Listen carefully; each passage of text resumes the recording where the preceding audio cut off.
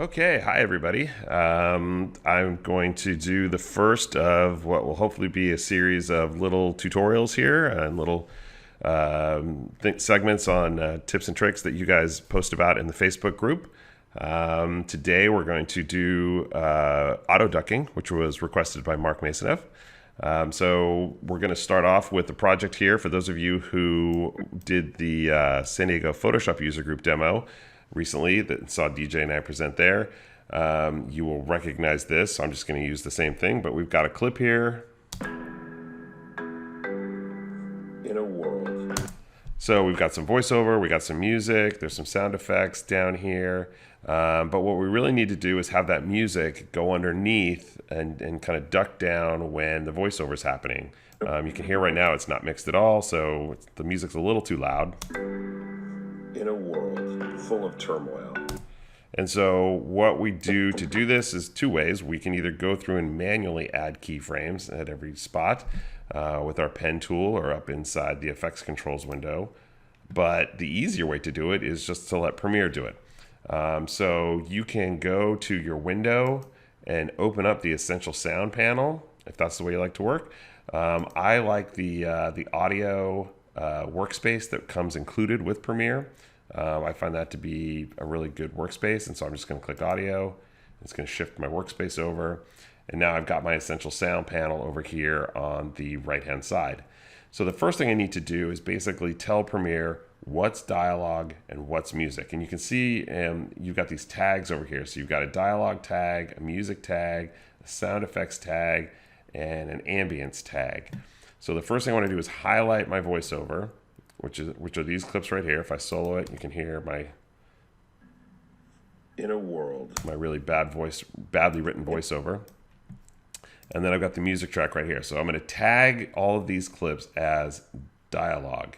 So I'm going to click the dialogue tag, and that opens up a whole bunch of settings that you can adjust. That's a whole nother topic. But for right now, we're just going to leave that be. We just need Premiere to know that all of those clips are in fact dialogue.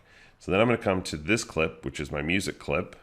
I'll solo that so you can hear it. Okay, so now what I need Premiere to do is basically tell it that's music. So I'm going to come over here and say music. So now I've assigned that as a music track. We can come over here to, in the settings for the music, you can see one of them is ducking, and I'm going to turn that on. Now you've got just really three settings here, or four really. The first setting is to duck against, and so you can see I've got dialogue, music, sound effects, ambience, or anything that's not tagged. So you need to tell Premiere what you want to duck it against. So I could say I want to duck against dialogue, and I want to duck against sound effects. In this particular case, all I want to do is just duck against dialogue. So I'm going to turn off all of those and leave that on. Now your three settings here, your sensitivity. Your sensitivity is for telling Premiere how sensitive you want to be when looking at that dialogue track. If you hover over this, it says sets the threshold that triggers ducking on this clip. So you can see I've got some spaces here. There's some spaces inside the voiceover track, where there's silence. You're basically just sort of setting that threshold for Premiere on when it analyzes and looks at that on how sensitive it should be to those gaps. The next one is the duck amount. That is set default to minus 18 dB. You can adjust that if you need. And your fades is the final one. The fades is basically the timing for the fade up and fade out. So, if you make this really small, then it's going to be a real hard, fade out and fade in. You make it really large, it'll be a little bit smoother, fade in, fade out. So, to be honest with you, I find that the default settings that come in this to be 99% of the time work perfect for me. I rarely have had to go in and really tweak anything. So I just leave those as is. But once you have all that set, just click your generate keyframes, and you'll see on your timeline, it has made the keyframes. So let me zoom in on the timeline a bit. We'll play the first part. In a world full of turmoil, who are the heroes we call on? In times like these. Okay, so sounds good. The one thing I will add to this that I've discovered, and understand this is a completely personal preference kind of thing, but you'll notice where the keyframes are.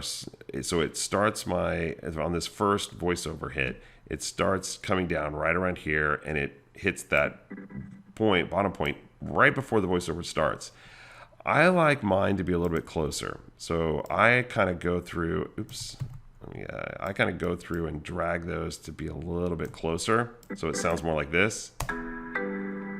In a world full. To me, that sounds better. I know that's a personal preference thing. Some people like it one way, some people like it the other way. Going out, I find that it nails it. It always gets it just right. But again, it comes down just a little too early for me. So I sometimes have to go through and adjust those and just drag them. In times like these. And then it nails it. But other than that, I mean, it just saved me, some work going through and setting all those keyframes. And when you have a complex timeline, with a bunch of different, voiceover tracks, and you need to be doing a lot of ducking, this feature really, really, really comes in handy. So, and again, it's here inside Premiere.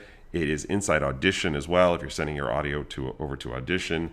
So again, auto ducking is a great time-saving tool when you've got to use it to duck against voiceover, duck some music against voiceover. So there's auto ducking in a quick nutshell.